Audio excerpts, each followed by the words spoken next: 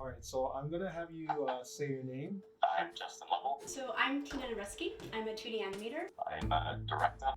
I've been working in the industry for 20 years now. I've been in the animation industry for about 20 years.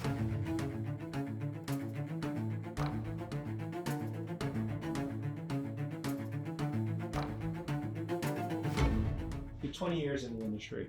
You decide to go into crowdfunding. So why take on that risk? I wanted to do something that was entertaining. Like it has layers of depth. Oh, I think that, if you've been working 20 years on other people's projects, and mostly it's always a commercial product. I wanted to craft something that people that just wanted to take it for what it is could just enjoy it. For once, I wanted to make art for art's sake.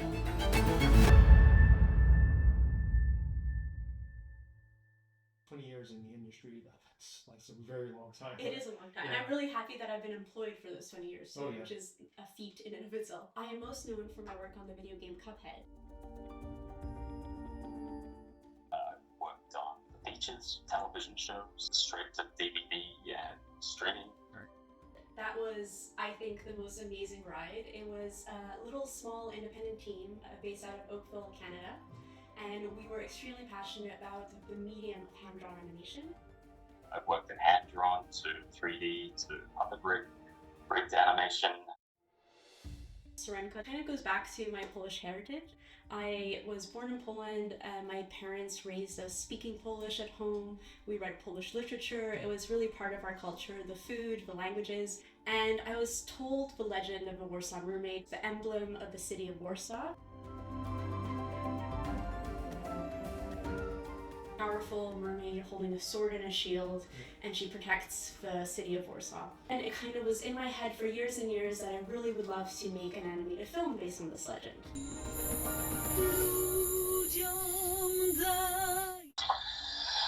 So after a couple of failed attempts at putting together a story, I'd done 2 previous short films. They both came back with the same notes. The animation's awesome.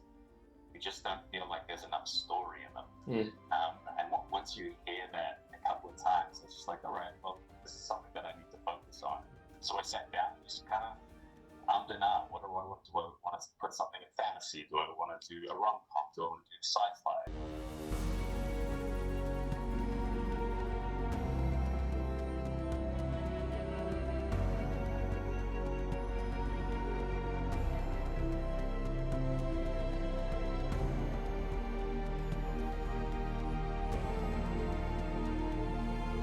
I started with a script.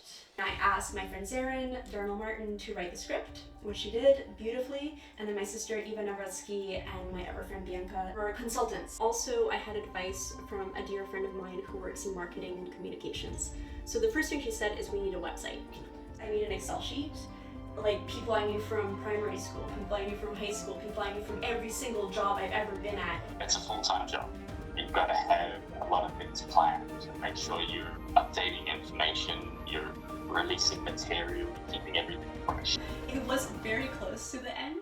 Really? Yeah, it was very to the wire.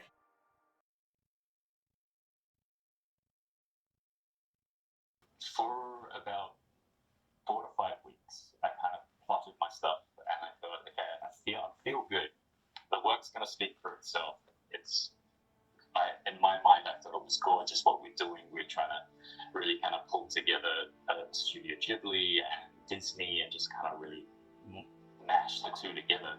As we kind of get through that first week, I started going, all right, well, maybe I should do some research. Like at this point, like I was doing the calculations and I was looking at the graphs. And just like, okay, well, if we keep it steady, we should definitely hit the mark with a week to spare almost.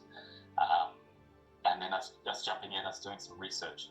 Like it kept coming up against, you want to make this 70% in the first week. You want to make a majority in your first week.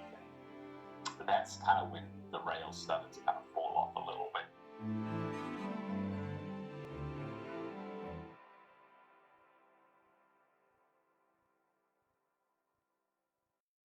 Like you said, you're planning to redo this again or relaunch it again. If it doesn't meet the goal, or if it meets the goal, with any of those conclusions to the story make this journey that you've been on any more or any less worth it? I think it's always going to be worth it. Oh, I don't have to be part. It totally works. If this doesn't get funded, like if and when that happens, like I'm never going to stop trying to make this. The fact that in this day and age, independent artists can do something beautiful and original and their own is the most beautiful thing. I feel like there's such a huge part of me that I've invested into telling the story, but maybe it doesn't get made this decade. I don't think this is something that I ever want to give up on.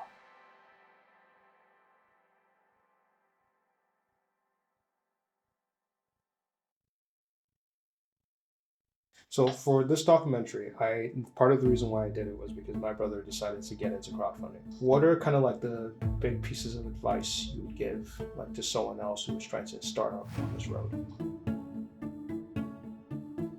Grow your audience.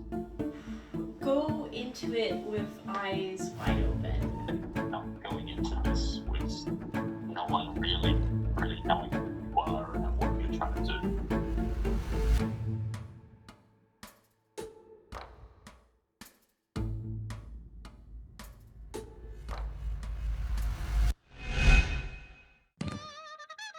Hey,